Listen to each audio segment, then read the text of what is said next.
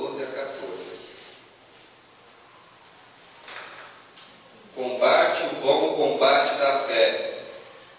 Toma posse da vida eterna, para o qual também foste chamado, e de que fizeste a boa confissão perante muitas testemunhas. Exorto-te perante Deus, que preserva a vida de todas as coisas, e perante Cristo Jesus, que diante de Pôncio Pilatos fez a boa confissão, que guardes o mandato imaculado e irrepreensível até a manifestação de nosso Senhor. Combate o bom combate da fé.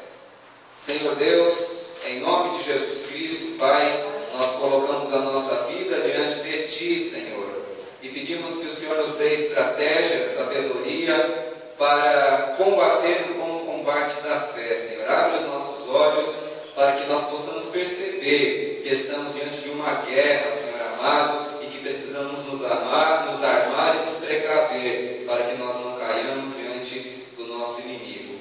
Em nome de Jesus, é o que nós te pedimos, Senhor. Amém. Queridos,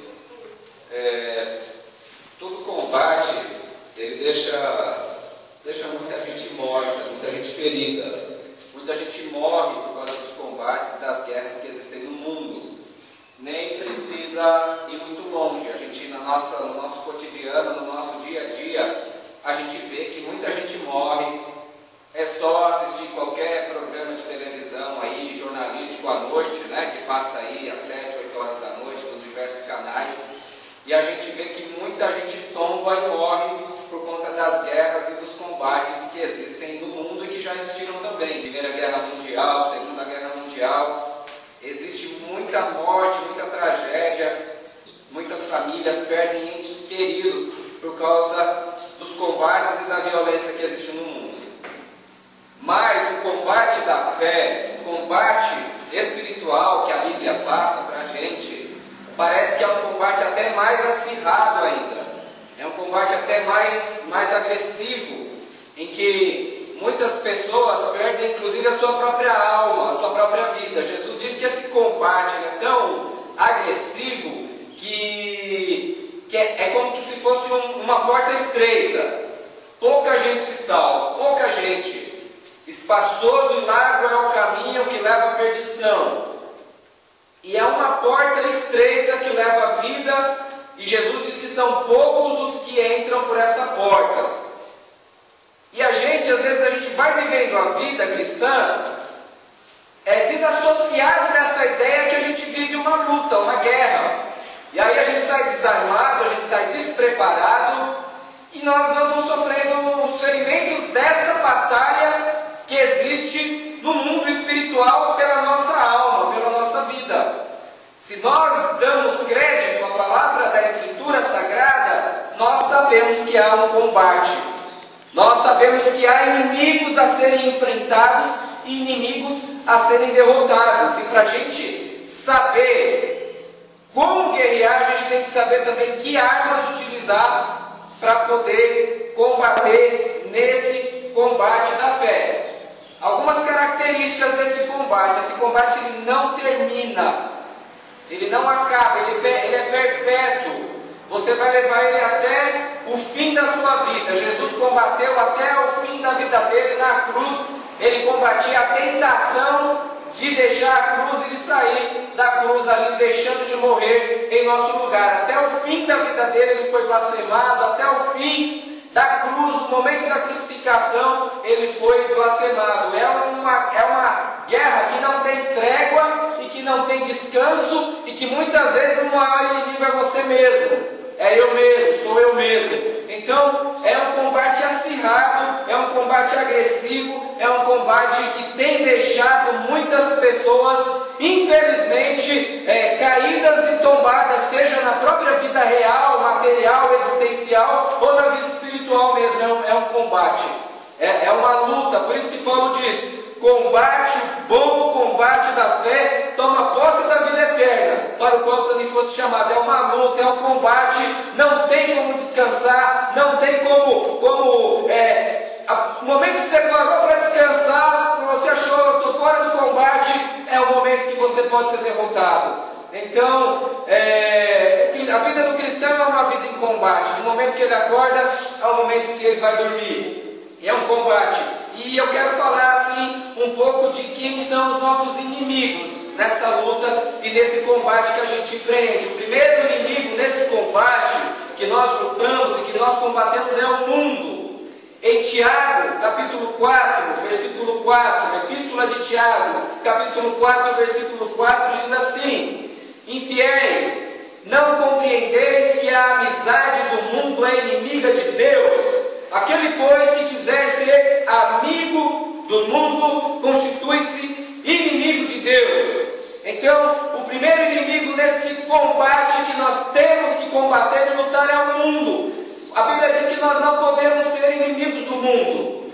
O que é o mundo? O mundo ele é um conjunto de ideias, é um conjunto de tradições, é um conjunto cultural que nos leva a pensar e fazer coisas diferentes daquilo que a palavra de Deus ensina. Esse é o mundo. O mundo ele nos ensina coisas, ele nos ensina atitudes que são diferentes daquilo que Jesus ensina. Por exemplo, o mundo diz assim: acumule dinheiro. A vida do homem consiste em acumular dinheiro, ganhar dinheiro. Por isso que as filas das lotéricas estão lotadas, não de crentes, de incrédulos, estão lotadas.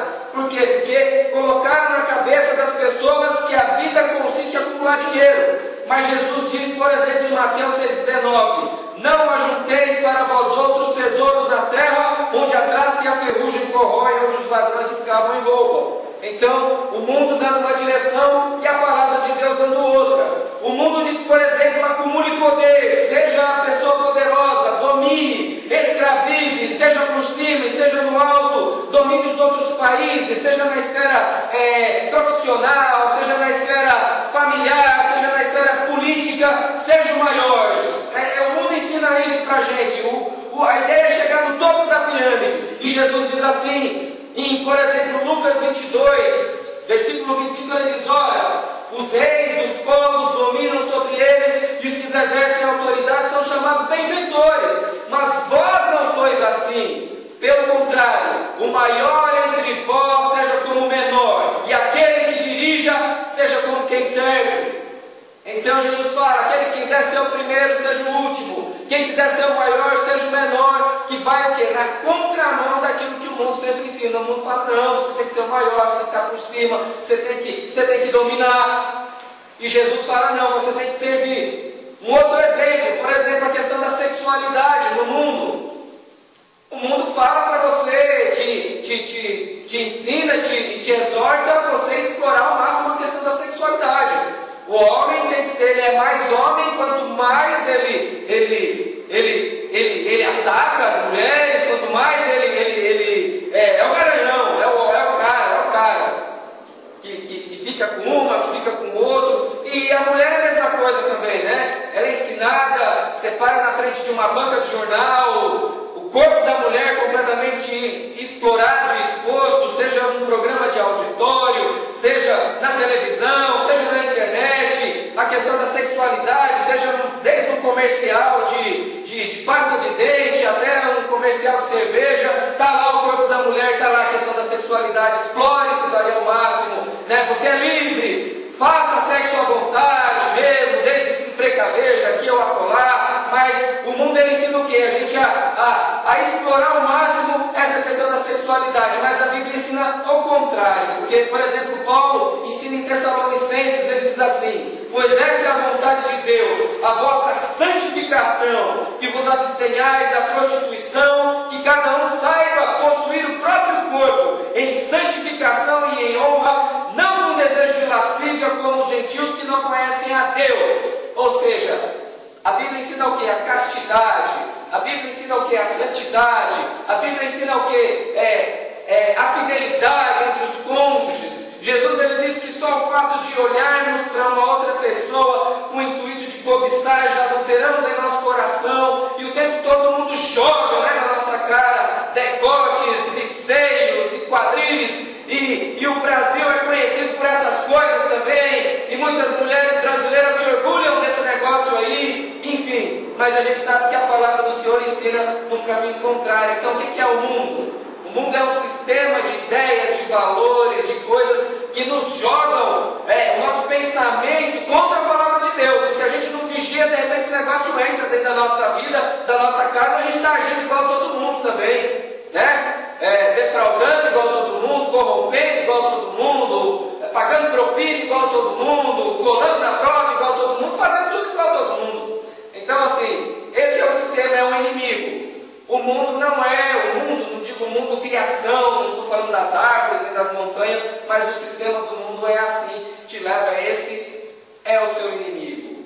Se você não combatê-lo, ele entra dentro da sua mente, da sua casa e acaba tomando a sua vida. O segundo inimigo é a carne. É a carne. Nossos inimigos são o mundo, a carne e o diabo. O segundo inimigo é a carne. Paulo, em Gálatas, capítulo 5, 16 e 17, diz assim: digo, porém, andai no Espírito e jamais satisfareis a concupiscência da carne. De novo, andai no Espírito e jamais, não é nem um pouquinho, jamais satisfarei a concupiscência da carne. Porque a carne milita contra o Espírito, e o Espírito contra a carne, porque são opostos entre si, para que não façais o que porventura seja do vosso querer. A Bíblia diz que a nossa carne, o nosso ser, o nosso eu, briga com o Espírito Santo. É uma briga contra o Espírito Santo para ver quem é que vai dominar, para ver quem é que vai ganhar. Então, por exemplo, a Bíblia diz que a nossa mente, se ela não estiver unida na palavra do Senhor, ela se enche de bobagem. Que a tendência dos olhos de um homem é voltar tudo para a cobiça. Acho que a Jeremias se fala assim: olhos insaciáveis no adultério, no pecar. A Bíblia diz que a boca, lá na própria carta de Tiago, fala que a boca é cheia de malignidade, que a boca só murmura, fala mal da vida alheia, só reclama, a boca julga, a boca enfim, ela pode ser animada pelo próprio inferno, e que o coração do homem, Jesus fala que o coração do homem é a fonte de todas as coisas ruins que acontecem no mundo. O coração do homem é a carne. E Paulo diz assim, que o único jeito de derrotar a carne é esmurrando, é batendo, né? No dia eu brinquei aqui fez uma brincadeira, eu falei, a Natália me perguntou por que eu estava me dando umas cintadas outro dia, né, filha? Tem que esmurrar a carne, né? Tem que bater na carne mesmo, né? Brincadeira, não estou ensinando isso para ninguém fazer isso, não. Mas é esmurrar a carne, a carne tem que estar debaixo de disciplina. Se você não submete a carne ao Espírito Santo, ela te derrota, ela te vence. A tendência do coração humano é o endurecimento, é a preguiça para as coisas de Deus, é se revoltar contra a santidade. A carne é um negócio, eu acho que é Isaías que fala que o coração humano, deixado à vontade, é como um mar que fica levando lodo e sujeira. Jó, ele fala que o homem bebe água, pratica o mal como se fosse iniquidade, uma atrás da outra. O apóstolo Paulo fala diz que não há nenhum justo, nenhum sequer. Então é a condição da carne sempre contrária às coisas de Deus. Leia, se a gente tem estudado aqui o Sermão do Monte, leia ele contra você, você vai ver a sua tendência como é fazer tudo ao contrário daquilo que Jesus ensina lá no Sermão do Monte. Tudo ao contrário, não acumula dinheiro, você diz, não, eu quero acumular, não cobicei, sua carne fala, eu quero cobiçar, não fala mal da vida alheia, você quer falar, não julgue ninguém, você quer julgar, mas tudo ao contrário, seja casto, você não quer ser, né? Apaga o seu ego, você quer ser você, a carne é assim. Não dá para nos auto-enganarmos em relação a isso. Então, é como disse um certo pastor, outro dia eu reproduzo assim, usando o meu nome, ele diz assim: quem é que pode derrotar o Carlos? É o próprio Carlos. É o próprio Carlos que pode se auto-derrotar, abrindo brecha para a carne. O que é que você precisa fazer para ir para o inferno? O que é que nós precisamos fazer para ir para o inferno? Nada. É só sermos nós mesmos.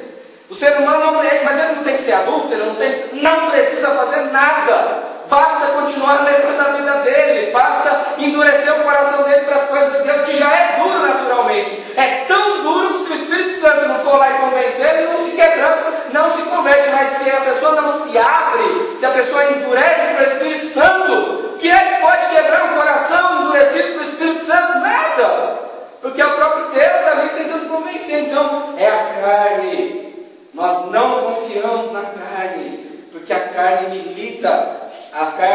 milita contra o Espírito Santo. A carne tem a pachorra de militar contra o Espírito Santo de Deus. Então, é um inimigo poderoso, o mundo, a carne. E o terceiro inimigo da nossa alma é o diabo. Em 1 Pedro, capítulo 5, versículo 8, primeira epístola de Pedro, 5:8, diz assim: sede sóbrios e vigilantes, o diabo, vosso adversário, anda em derredor, como um leão que ruge, procurando alguém para que possa devorar. Resistir-lhes firmes na fé. Novamente, 1 Pedro 5:8, sede sóbrios, vigilantes. O que é vigilante?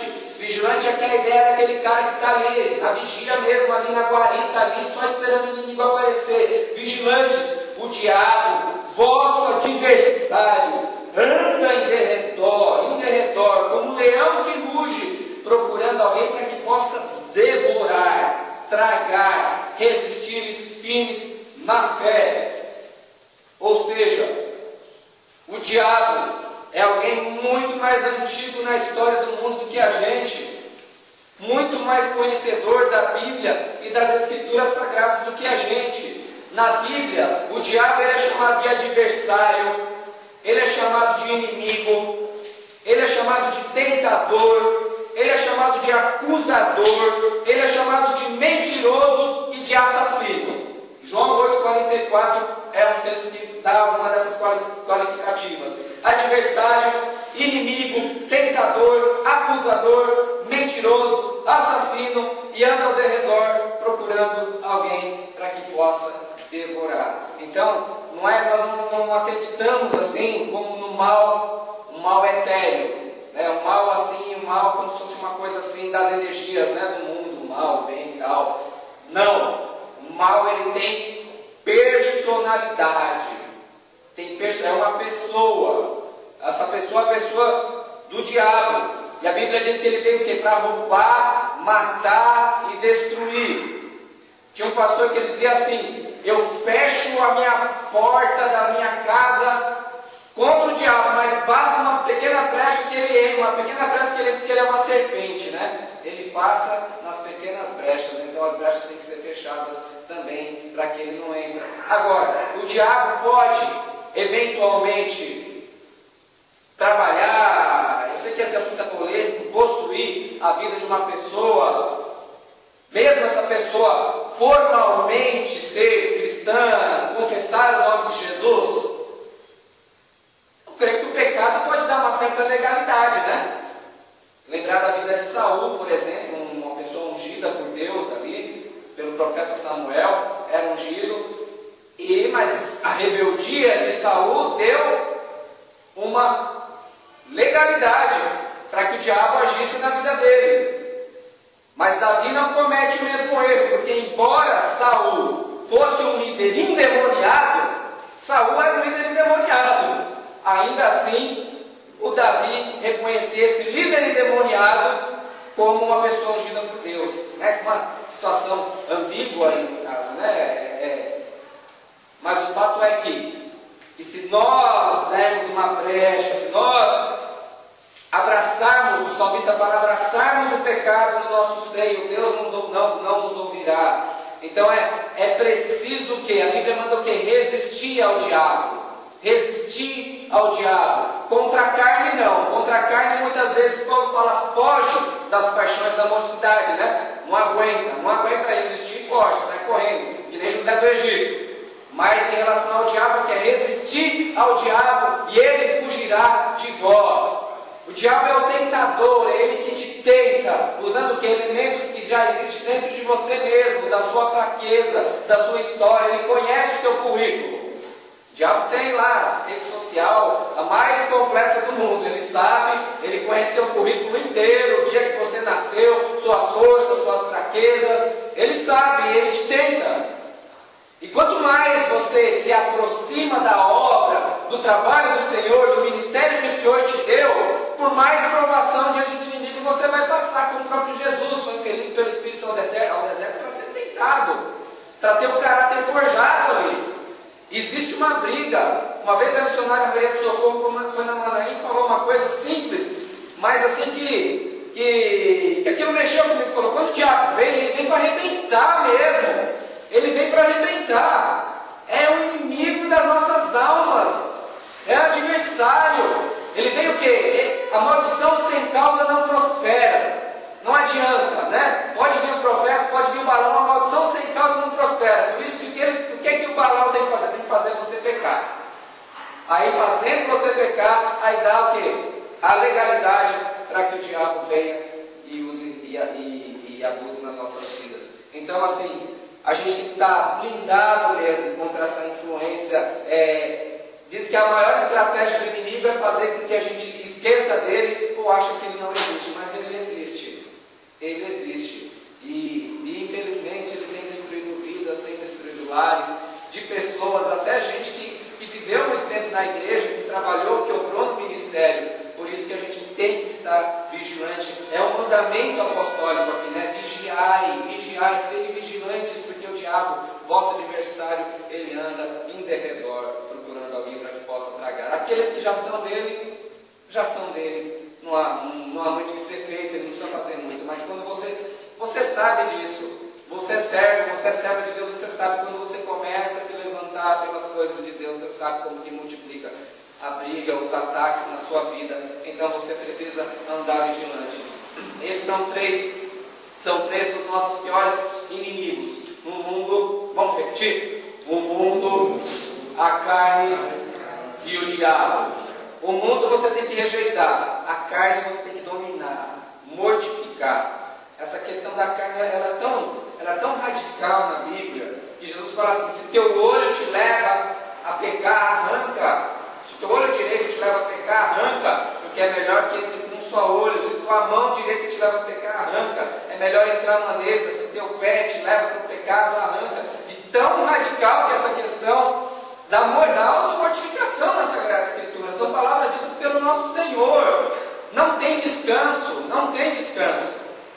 É vigilante, parece uma coisa fanática, radical, mas às vezes é uma partida de futebol que você está assistindo lá do Brasil, aí aparece a pessoa lá seminua lá na sua frente, lá no meio da arquibancada, e aquela imagem que você não procurou na sua vida, ela fica ali, cravada. E o que precisa para uma pessoa ir para o inferno? Jesus falou, basta uma olhada, né? Aquele que olhava para cobiçar já adulterando o seu coração. Então assim, não tem agora eu vou descansar essa batalha aqui, não tem. Quando Davi falou para descansar da batalha, que era para ele estar brigando lá com o exército, né? Era para ele estar brigando, quando ele parou para descansar, ele pegou com Betseba. Gente, não tem descanso, não tem pausa. Seja lá, uma vez, outro dia, um adolescente falando, gosta muito de videogame. Eu não entendo nada, não conheço nenhum jogo aí, não estou.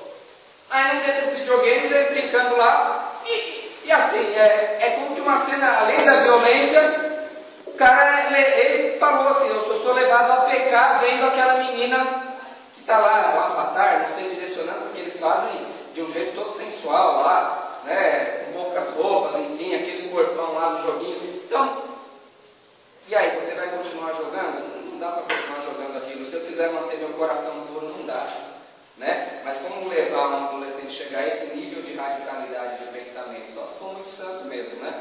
Muito santo como aquele era. Então, assim, não tem descanso. Em relação a essa batalha, não tem. Hoje, quando eu preparava essa palavra, que já me ardia no coração, desde domingo mesmo, a partir de segunda-feira, eu renovei assim, pensando, todo dia quando eu levanto, eu estou indo para uma batalha. Você está indo para uma batalha no seu trabalho, é uma batalha, é uma luta. E essa luta não tem trégua. Agora, ela não existia, poxa vida, né? Agora que eu estou sabendo dessas coisas, ela não existia antes, não existia antes. Ela existia antes também, mas você talvez não se desse conta dela, não conhecesse essa batalha. Mas é uma batalha pela vida dos seus filhos, pela sua mente, pela vida do seu cônjuge. É uma batalha e você tem que se posicionar como guerreiro diante dessa batalha, em nome do Senhor. E aí tem algumas armas assim que o Senhor nos dá para nós lutarmos nessa guerra. A primeira arma, né, são muitas, mas uma das armas que o Senhor nos dá nessa batalha está em 1 João, capítulo 5, versículo 4. Primeira epístola de João, capítulo 5, versículo 4. É um texto muito importante, esse até peço que os irmãos abram, por gentileza. É uma arma nessa nossa batalha, que você não pode perder essa arma de jeito nenhum. Guarda essa arma como uma coisa preciosa que você tem na sua vida, a mais preciosa, a mais bela, aquela que você não pode perder. Diz assim, primeira epístola de João, capítulo 5, versículo 4. Porque todo que é nascido de Deus vence o mundo. E esta é a vitória que vence o mundo, a nossa fé. Quem é que vence o mundo, senão aquele que crê ser Jesus, o Filho de Deus? Então, qual é a vitória que vence o mundo? É a sua fé.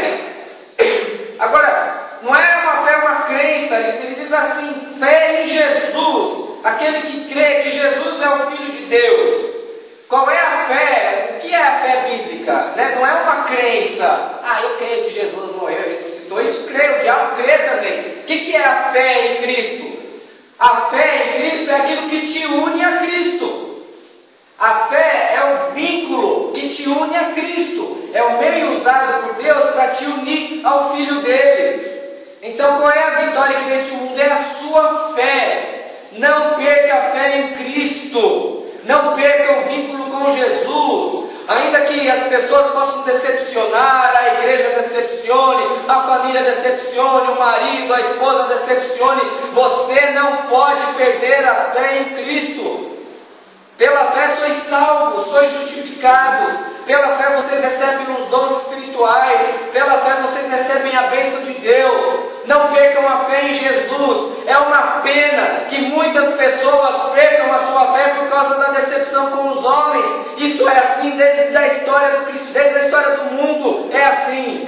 Mas você não pode deixar ninguém separar de Jesus, de Cristo, o Filho de Deus. Tenha fé em Jesus. Essa fé que faz você vencer o mundo, porque essa fé te une a Jesus, é a fé que te une a Cristo, é a fé que te mantém em comunhão com Ele. Cultive essa fé. A Bíblia diz que a incredulidade é perversidade, lá em Hebreus, é a epístola de Hebreus, se eu não me engano, no capítulo 10, diz assim, incredulidade é perversidade. Qual que é o contrário da incredulidade? É a fé. Cultive as coisas da fé, que te unem a Jesus, que te unem a Deus. Afasta como coisa imunda aquilo que te afasta de Deus e de Jesus, aquilo que faz diminuir a sua fé. Ore a Deus para que a sua fé aumente em Jesus, ainda que sua fé nos homens diminua. Mas não perca a fé em Cristo, não deixe nada te separar de Jesus. O que é que o mundo quer fazer? Quer te separar de Jesus, de Cristo, do Filho de Deus. Não perca essa fé.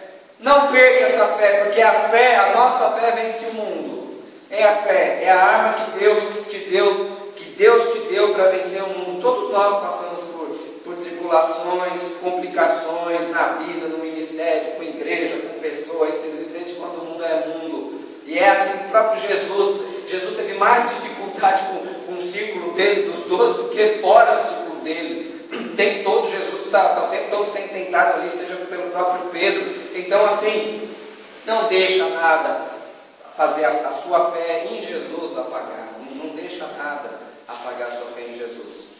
Porque quando Cristo morre na cruz por você, Ele abre a possibilidade para que você tenha comunhão com Ele dentro da sua casa, né?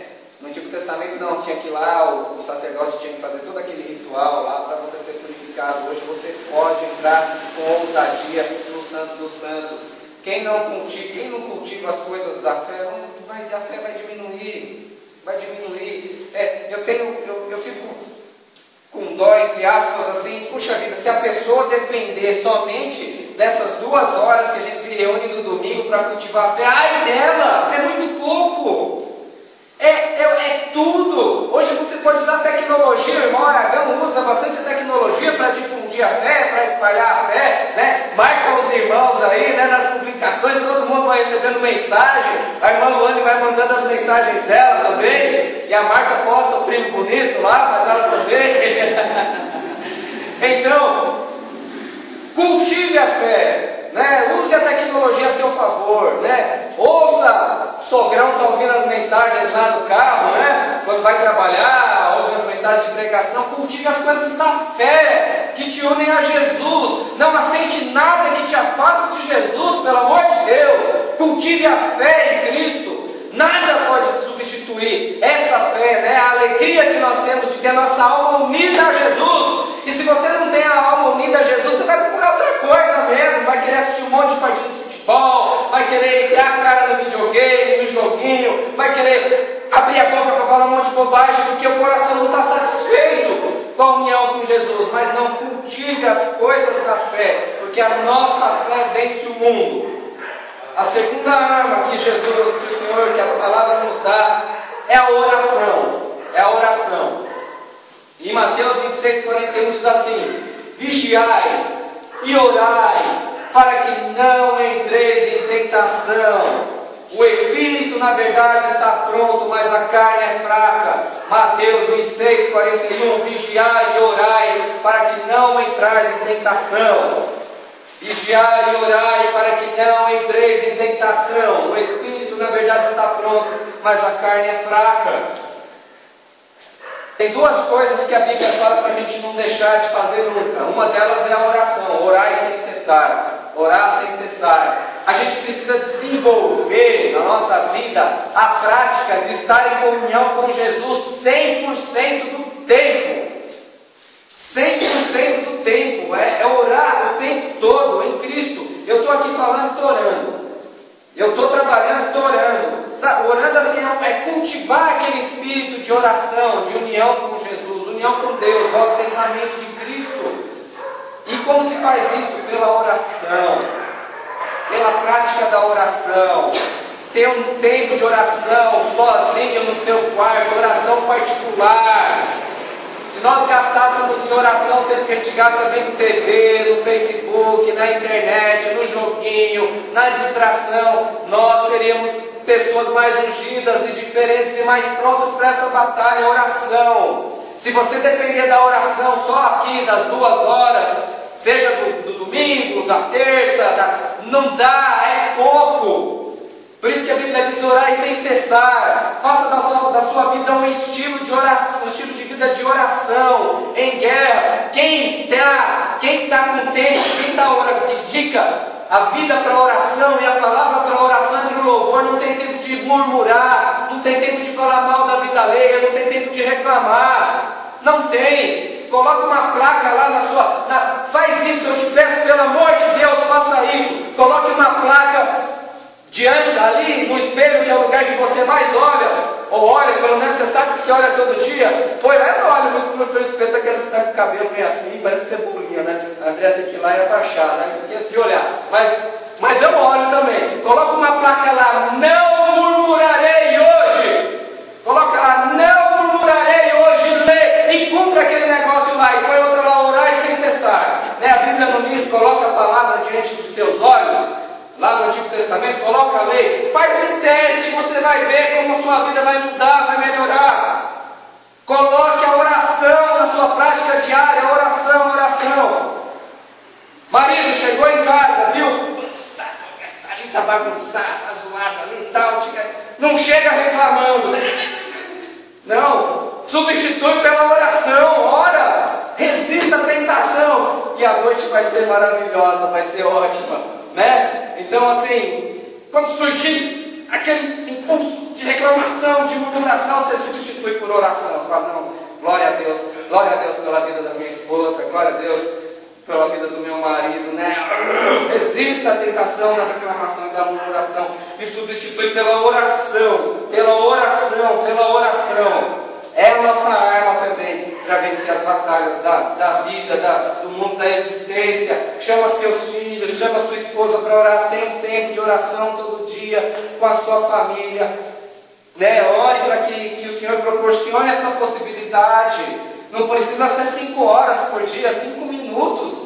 Dá a mão ali todo mundo e faz uma oração, agradece pelo dia. dia. Isso mantém unida a família, isso mantém o diabo fora da nossa casa, da nossa convivência. Pelo amor de Deus, para de ver essas porcarias da Rede Globo, que passa o cara lá, o pessoal lá simulando cenas ilícitas, sabe? Para com isso daí, entendeu? Substitui pela oração, pela vida devocional, pela vida com Deus. Ai, que fanatismo é fanatismo, sei lá, chame de radicalidade, o que quiser, mas não permita que nada desvie a tua mente do Cristo, de Deus. Não perca a comunhão com Deus. Pelo amor de Deus, quem é que pode tirar sua comunhão com Deus?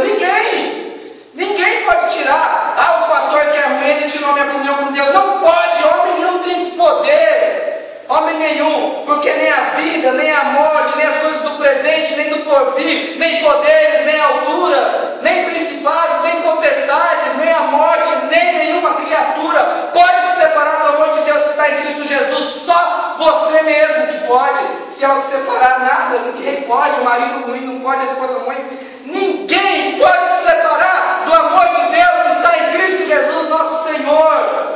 Então não negligencie a oração na sua vida. As suas obras elas têm que aumentar. Eu falava isso aqui, acho que foi na sexta ou na quarta. A gente passa tanto tempo na fé, e aí ao invés de obrar mais, obra menos. Ao invés de orar mais, ora menos. Ao invés de evangelizar mais, evangeliza menos. Então você precisa ler as 7 mensagens do Apocalipse para cada igreja. Você vai ver o que Jesus está dizendo a respeito disso daí, sabe? As maiores ameaças de Jesus na Escritura não estão para os incrédulos, estão para os que estão dentro da igreja, porque os incrédulos já estão condenados já. Então, para quem que ele fala assim, se você ficar morno, eu vou vomitar da minha boca? Para crente.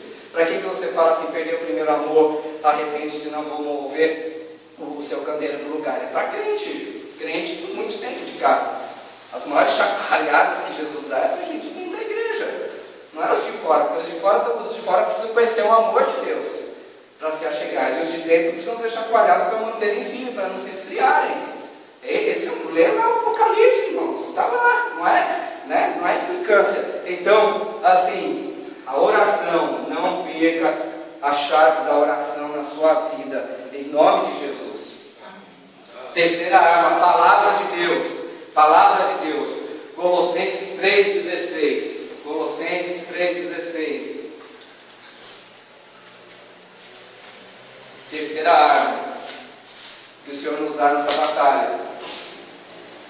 E essa é tão negligenciada.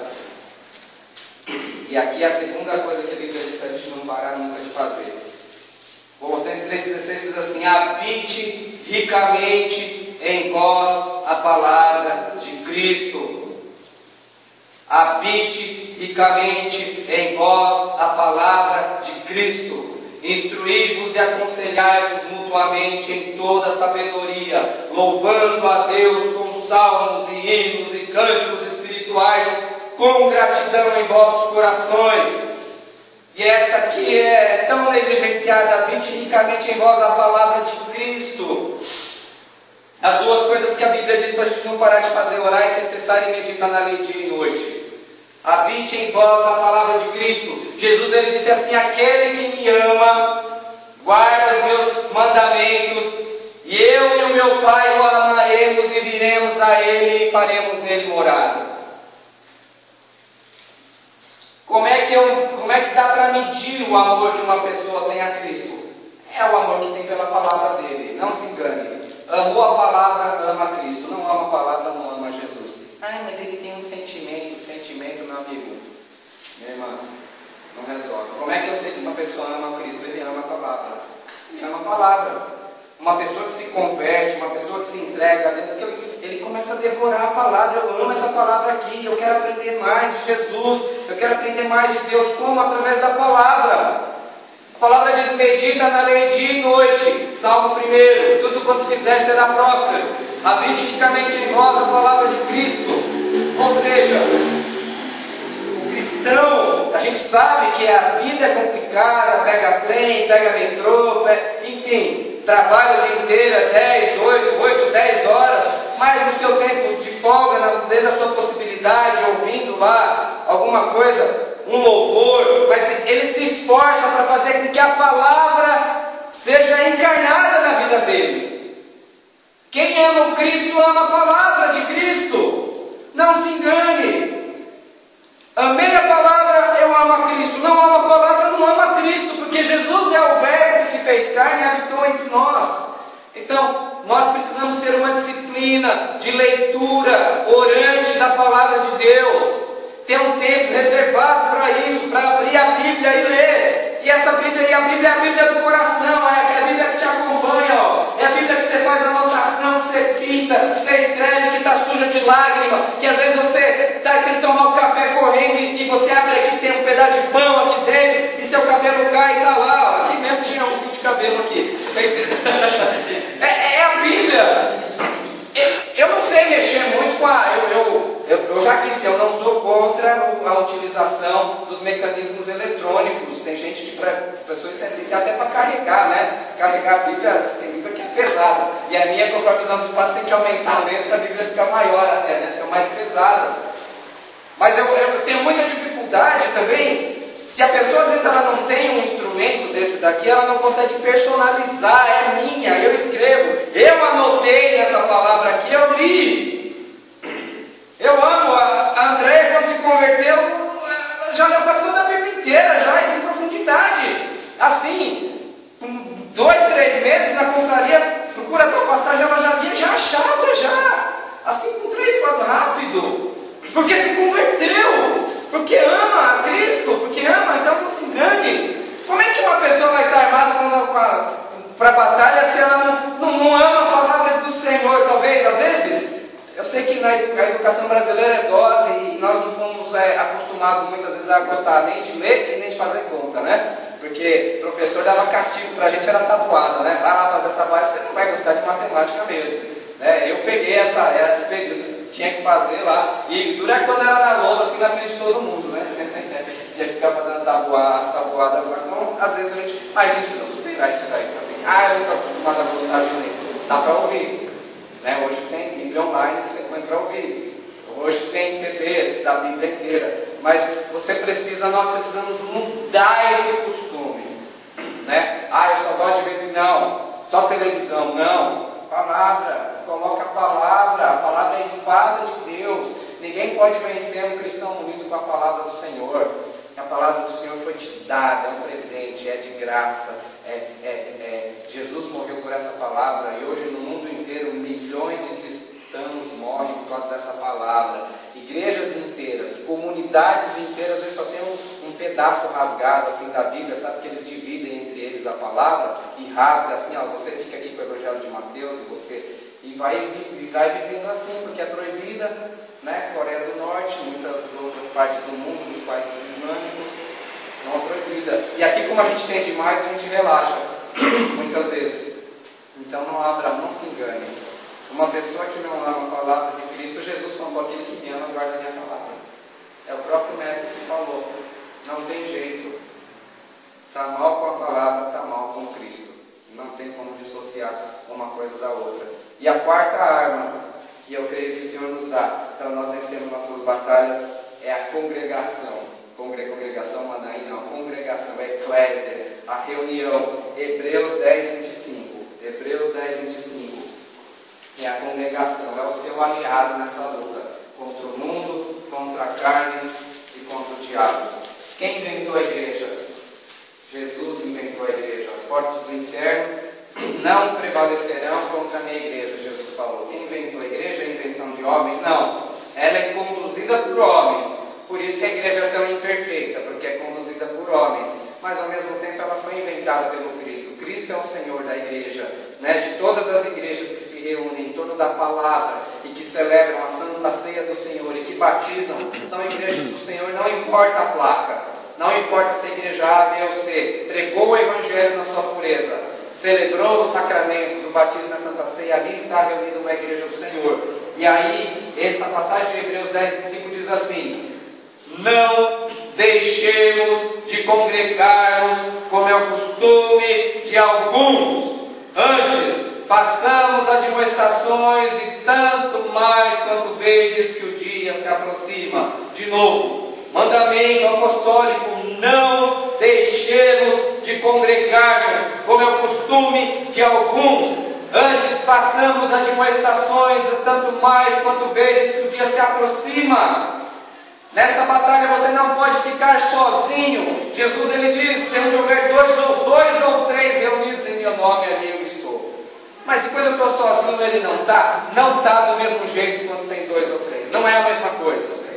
Ele não se nega a estar com você no seu quarto.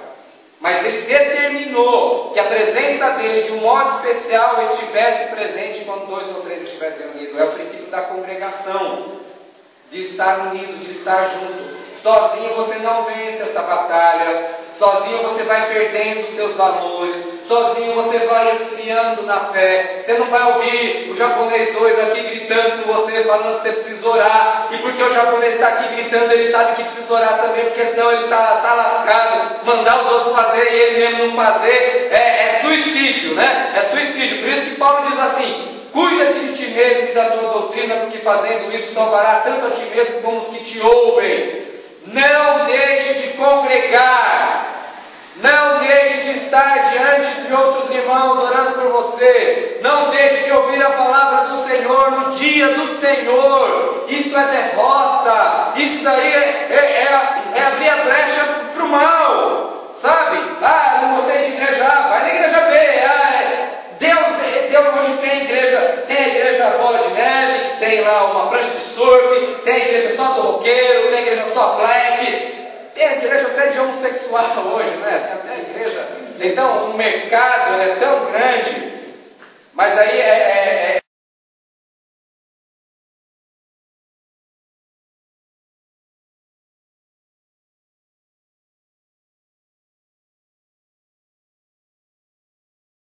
choramos e não pranteastes, porque veio João Batista, não comia nem bebia, vocês diziam, tem demônio. Veio Jesus, comia e bebia, se sareis, era um cumilão e beberrão de vinho. Né? Então, Deus é tão bom que Ele vai se adaptando às pessoas, para que as pessoas peguem o essencial da mensagem evangélica, né? Da mensagem cristã. Para quê? Porque é um mandamento da palavra, pelo amor de Deus. Não deixeis de congregar-vos, como é o costume de alguns. Antes façamos admoestações, e tanto mais quando vedes que aquele dia se aproxima. Não deixa nada te afastar do Cristo. Não se engane. Não se engane. Eu sei, já passei por isso, quando nós nos afastamos, nos afastamos da fé, da oração, da palavra de Deus, da congregação e de outras coisas, poderia falar mais umas 15 aqui. A gente começa a levantar um monte de hipóteses, desculpas, argumentações, foi isso, foi aquilo, etc e tal. Tudo bem, podem até ser verdade, mas e a união com Cristo como está? Essa é a mais importante de todas. Né? Não perca a fé, não perca o caminho da oração. Não perca o caminho da palavra de Deus e não perca o princípio da congregação. Congregai-vos, estar junto com outros irmãos que dividem a mesma fé. Lute pela sua alma, lute pela sua vida, lute pela vida dos seus filhos. Combata o bom combate da fé, persevere até o fim. Que as suas obras sejam encontradas mais numerosas do que as primeiras. Não suporte o pecado, não suporte o mal. Batalhe na oração. Seja radical consigo mesmo e tolerante com o outro. Seja radical com as suas falhas.